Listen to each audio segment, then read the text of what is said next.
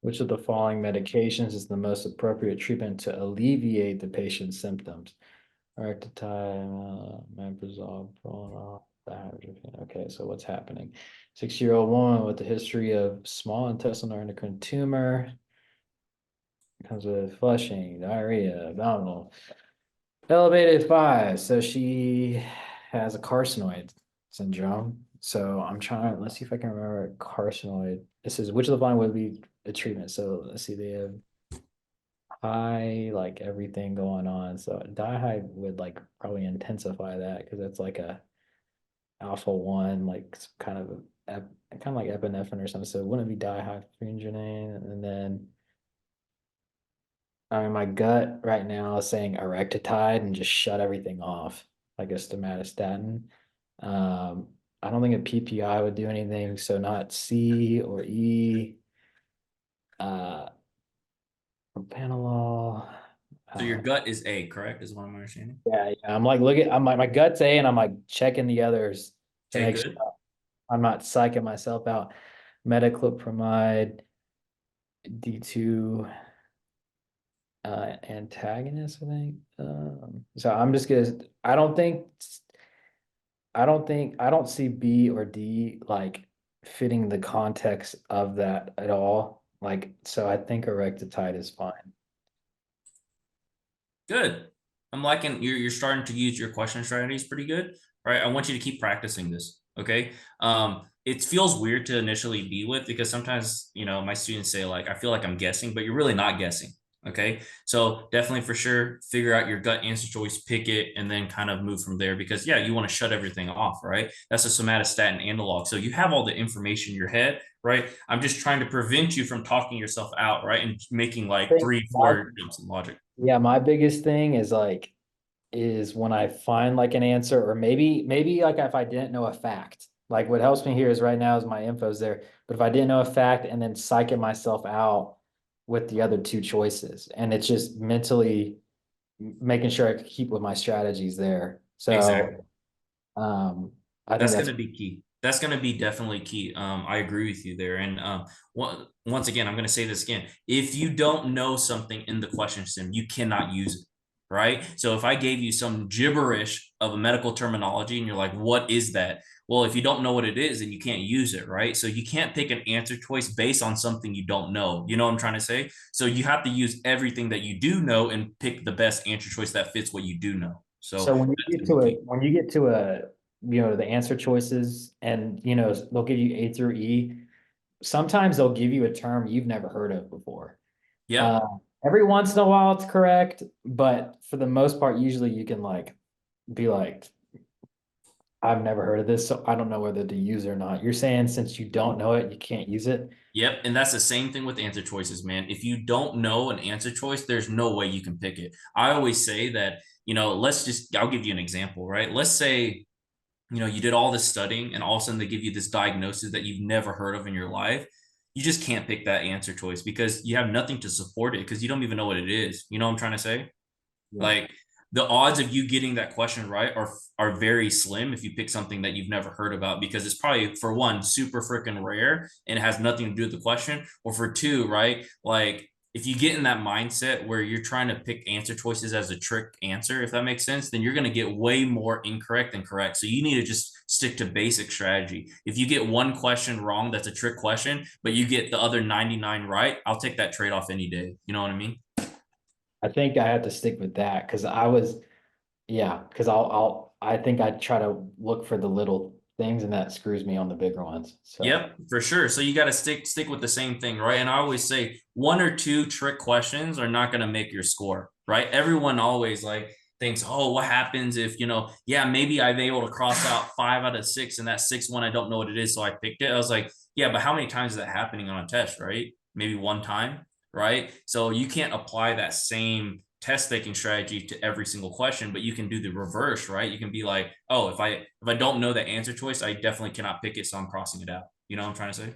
yeah, you kind of see my logic with how I'm handling these questions and Yeah, like yeah. kind of how I apply it. What do you recommend as far as like, do you tell your students to like I usually take my time with questions and like try to give myself a best guess and then move, but I don't get through tests quickly. Like, Sure. do you recommend leaving like 5 minutes left to where you go back to look at your things, or what's your take on going back for a second pass? Yeah, I say there's two types of students. Let's see if I can do this here. Sorry, I always say my bad drawings allow you to remember because they're so bad, right? So two students, right? So I'm in the first group. I'm actually a really fast test taker. And then I call the second group is on time. Okay. What I mean by on time is you take your time, right? So there's pros and cons to each.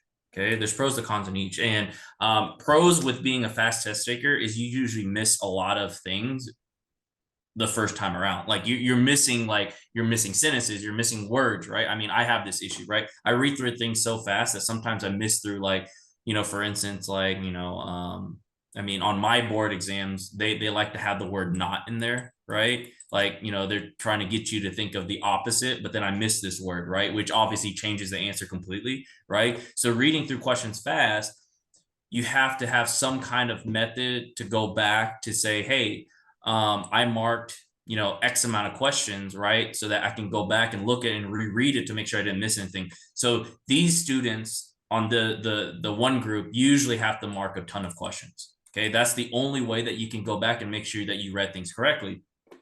If you're in group number two on time, which, I would say it's 50-50. Some of my students are in this, some of my students in the second group. If you're an on-time student, right, you're taking your time, you're diligently reading every sentence, right, you're not missing anything, then in theory, right, you should have less marked, right? As in what I mean by less marked is like you're not marking a question like, oh, did I read this correctly, right? So there's pros and cons to each, right? So I would say, there's no right or wrong way. It's just that you have to understand what group you're in and use that to your advantage. So if you know that you're taking your time to read this, more than likely that after you read this answer and choose an answer choice, that's probably going to be the answer that you lock in. There's nothing wrong with that, right? But going back to that, if you're in this group and you lock in an answer, right? Remember, I want you to still follow those test taking strategies where you're like, okay, I picked my gut. Now you want to sit down and, maybe spend an extra, 15, 20 seconds being like, okay, do I want to change it? And if not, then just know in the back of your mind that you're probably not coming back to this question. And that's okay because you didn't miss anything reading. You know what I'm trying to say? Yeah, so can you explain the strategy again for the second test taker though? Or For like this one or this one? for the second one, but on time. The on time, yeah. So giving you an example is like when you're reading this and you're taking your time and you're going through the test taking strategies, you're still doing all the same 5 steps as a fast test taker, right? But just know that when you pick your gut answer choice and you finally click that next button for the next question, this is probably a question that you're locking in. You're probably not going to come back and see this because you've already made your answer choice, you've picked it and you've moved forward. But you're probably taking a little bit more time, thinking about, oh, is it, metoclopramide, is it propanolol? But for instance, me as in a, group one test taker, after I pick octreotide, right, I'm glancing over and picking going next, like really fast. Like I usually take, I'm taking 50 seconds to, maybe 55 seconds per question, right? That's usually the speed that I'm doing it, meaning that, I'm probably not even, after I pick my gut, I'm probably just like clicking next. You know what I'm trying to say? But in this, on time test taker, kind of the way that you're working through questions, completely fine. You're like asking yourself, okay, is there any way that it's this? Is there any way that it's this? Is there any way that's this? Completely fine. No problem with that at all. Okay. I think the only reason I have to watch my time, and I think you're saying it's fine, but on that you probably should spend what, like a minute and 30 seconds max. I think what I have to be careful of is for the math questions and that. Uh, or do you feel like the math or stats are a little bit different at all, where you have to? Yeah, I think when you're coming to, this goes to another portion of it, but like when you're dealing with let me kind of go to a different kind of setting here. Why? Let's see here. Let me go to a whiteboard here. Okay. Plug this in.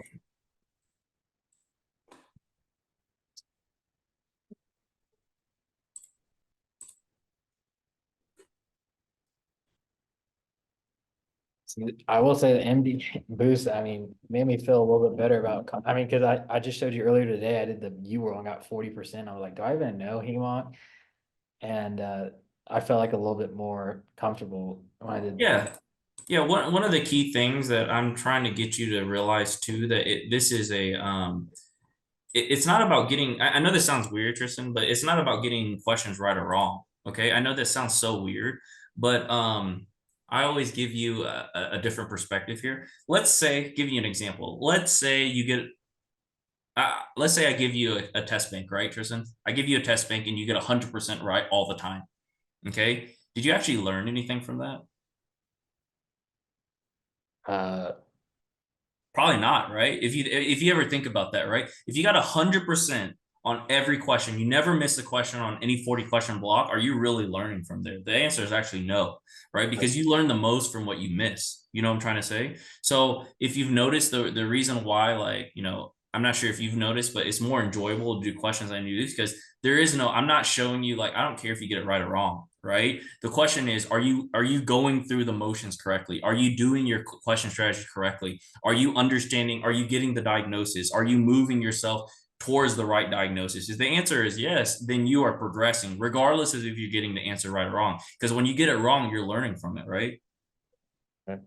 So that's just something you want to keep in your mind when you're doing practice questions and things like that, because sometimes it's not about right or wrong. It's about, like, even if you get a question right, but you didn't go through the proper channels, like you didn't think about it clinically, you didn't think about the diagnosis, you didn't look at the whole clinical picture. Yeah, you got it right, but so what? Like, you're the way you're thinking is not going to help you for other questions down the line. You just got that one singular question right, right? But how I'm trying to teach you is that one question is trying to get you 10 to 15 questions. You know what I mean? So even if you get that one question right and you fix your logic, then that should gain you 15 other questions, you know? Yeah. Yeah. So it's a weird concept, because everyone is, oh, I need to get every question right, etc. But sometimes it's like, yeah, that's the goal, but the way you get to that goal, you can try to take shortcuts, but it actually, like, hinders you in the future. It makes it very slow, the progress. So you want to keep doing the same thing over and over again in a correct fashion. But anyways, going back to the math question. Sorry, I digress. Sorry. Sometimes I get very into tutoring, and so you can tell. So Oh, I you're good. I mean, you're answering the questions so that I come up with them, randomly. So that's for fine. sure. For sure. So let's talk about math questions, okay?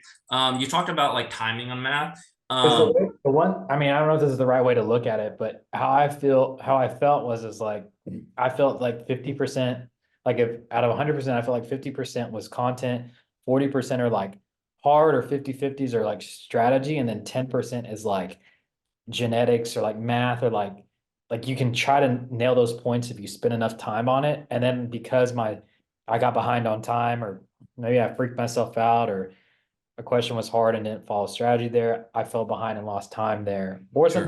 sometimes the biostats now is it's not like find relative risk. It's like more you have to understand it sometimes now. And I'm like, the hell? But Yeah, for sure. So I think the key thing is here is you hit it right on the nail, man. And it's not just math questions. It's not just, it's like you said. I think a lot of these questions. I mean, I think all of them now. If you kind of really, like, start looking carefully at these questions, it's really about, do you understand what's going on, like, clinically, right? Same thing with the math questions. They're trying to relate that clinically. Do you understand? And so the reason why I mentioned that is because when you get these math questions, I want you to flag them down, okay, for me. Okay. The reason why I said flag them down for me, because I can teach you how to clinically work through them where you don't have to memorize a bunch of stuff and get confused. Because these questions become very easy. If you're talking about Hardy-Weinberg questions, if you're talking about, stats questions, biostats, relative risk, et cetera, these questions are actually extraordinarily simple if you don't memorize it and you just understand what they're asking. It's hard for me to give you examples because I need like a vignette, or I need, like, a question from the CBSC, if that makes sense. But there was a vague thing. I don't know if you, and one thing I have to try to, and I don't know if I need to watch a video on this more or something, but they were talking about like positive predicting value, and like mhm, basically they gave like some scenario, whether it be a disease or outcome, yep, whatever. It's like, okay, now this is the new standard. So, and then it gave arrows, and it was like what would happen to the positive predictive value Yep. and what would happen to the negative predictive value. And then it was like, would they both increase? Would one increase, one decrease, one da, da, da, da. But you had to understand what was Yep. conceptually happening. And then, Yeah. it wasn't just like, because I had memorized PPV is this equation. But Yep. then once I saw it that way, I freaked out and I was like, I gotta move, like pick and Sure. go. So yeah, for sure. So going back to that, I mean, it's actually very easy once you conceptualize it. So I'm going to give you a quick kind of rundown of these two things because you mentioned great, a great example which I can help you with, and you'll never miss it again. But so let's talk about positive predictive value first. Okay, let's talk about PPV on a conceptual standpoint. Okay, so let's talk about summer versus winter. Okay. In the summertime, okay, in the summertime, let's say we're talking about a population of 100 people. Okay, this is in some small city outskirts in the rural area. But in the summertime, right? Let's talk about the disease of the flu. Okay, in the summertime, are there a lot of people that have flu? Yes or no? No. No, right? So let's say in the summertime, 1 out of 100 people have the flu. Okay, and then in the wintertime, a lot of people get flu, right? Yeah. So 99 out of 100 have the flu. Okay, so when you're talking about positive predictive value, okay, what that means is if I did a flu test, okay, and it comes out positive, let's say I did a flu test and it comes out positive for flu, are you going to trust that more in the winter or are you going to trust that more in the summer? Winter. Yeah, that's positive predictive value because you know that the incidence of flu is extraordinarily high in the winter, meaning that if you get a positive flu value, you're going to be like, yeah, definitely you have flu, right? But if it's in the summer and you test positive for flu, you have to ask yourself, is that a false positive, right? Because not that many people get the flu in the summer. That's what positive predictive value means. Okay.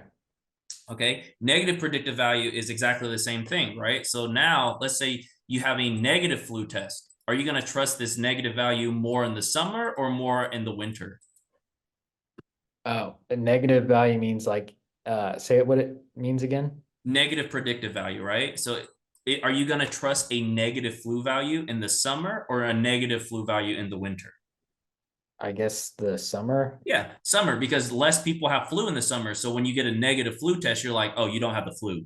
But if you get a negative flu test in the winter, you have to ask yourself, is that a false negative? So that's a negative predictive value.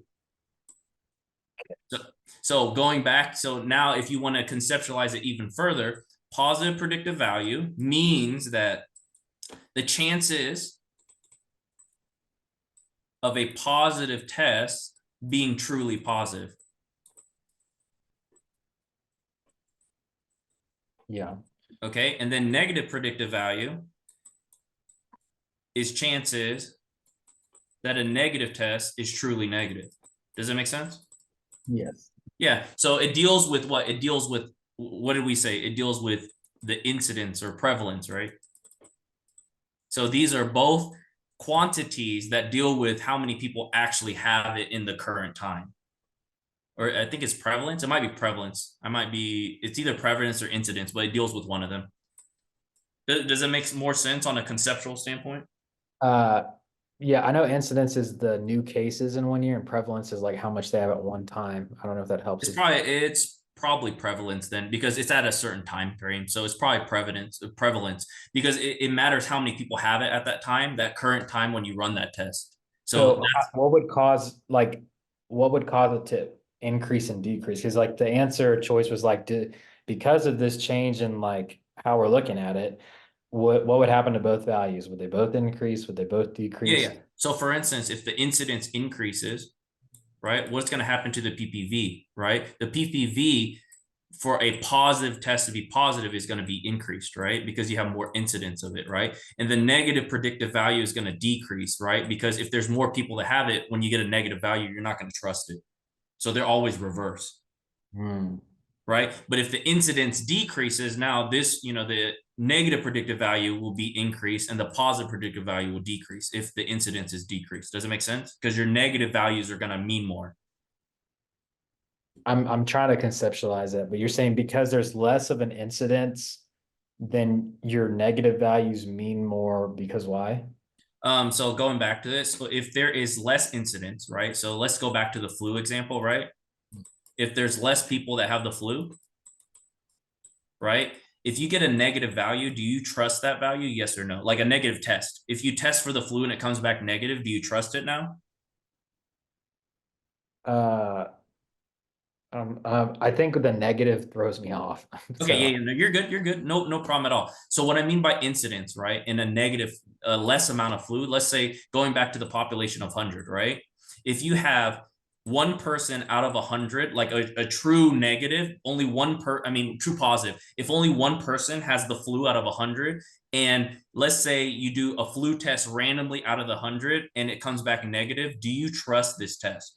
yeah, That like more people, it's more likely to be negative because, Bingo, right? So that means your negative predictive value goes up because you trust it. Does it make sense? If there's less people that have it, then your negative test is likely true. That means negative predictive value.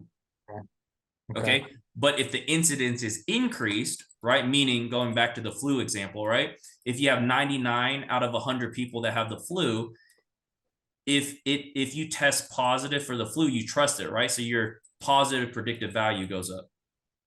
Okay. Okay. Right? But then, of course, right, it's always inverse, right? If your incidence increases, then your negative predictive value will go down, right? They're inversely related to each other. Uh, and I don't know if this changes. I don't know if this makes sense if I'm just remembering or not from the question, but it said like what changed is they increased the sensitivity of the study. Do you If know what if they that? increase the sensitivity, that deals with this is more of a memorization thing. This deals with the chart, but I can't remember the chart off the top of my head. Okay, yeah, yeah, PVV is like it's sensitivity over specificity, but if it's PVV, it's sensitivity divided by one minus specificity. Yeah, I can't remember these formulas off the top of my head, but I just remember one of the, I think it's this column, right? That's PPV. Let's see. I think it's that top left quadrant to the right quadrant. Yeah, like this, right? Yeah, like you did. Yeah, yeah. Okay, yeah, yeah. That's what I remember, but I can't remember the exact formula. But yeah, I think when you deal with sensitivity and specificity, you're dealing with this chart right here. Okay, yeah. So that would have been your key. All right.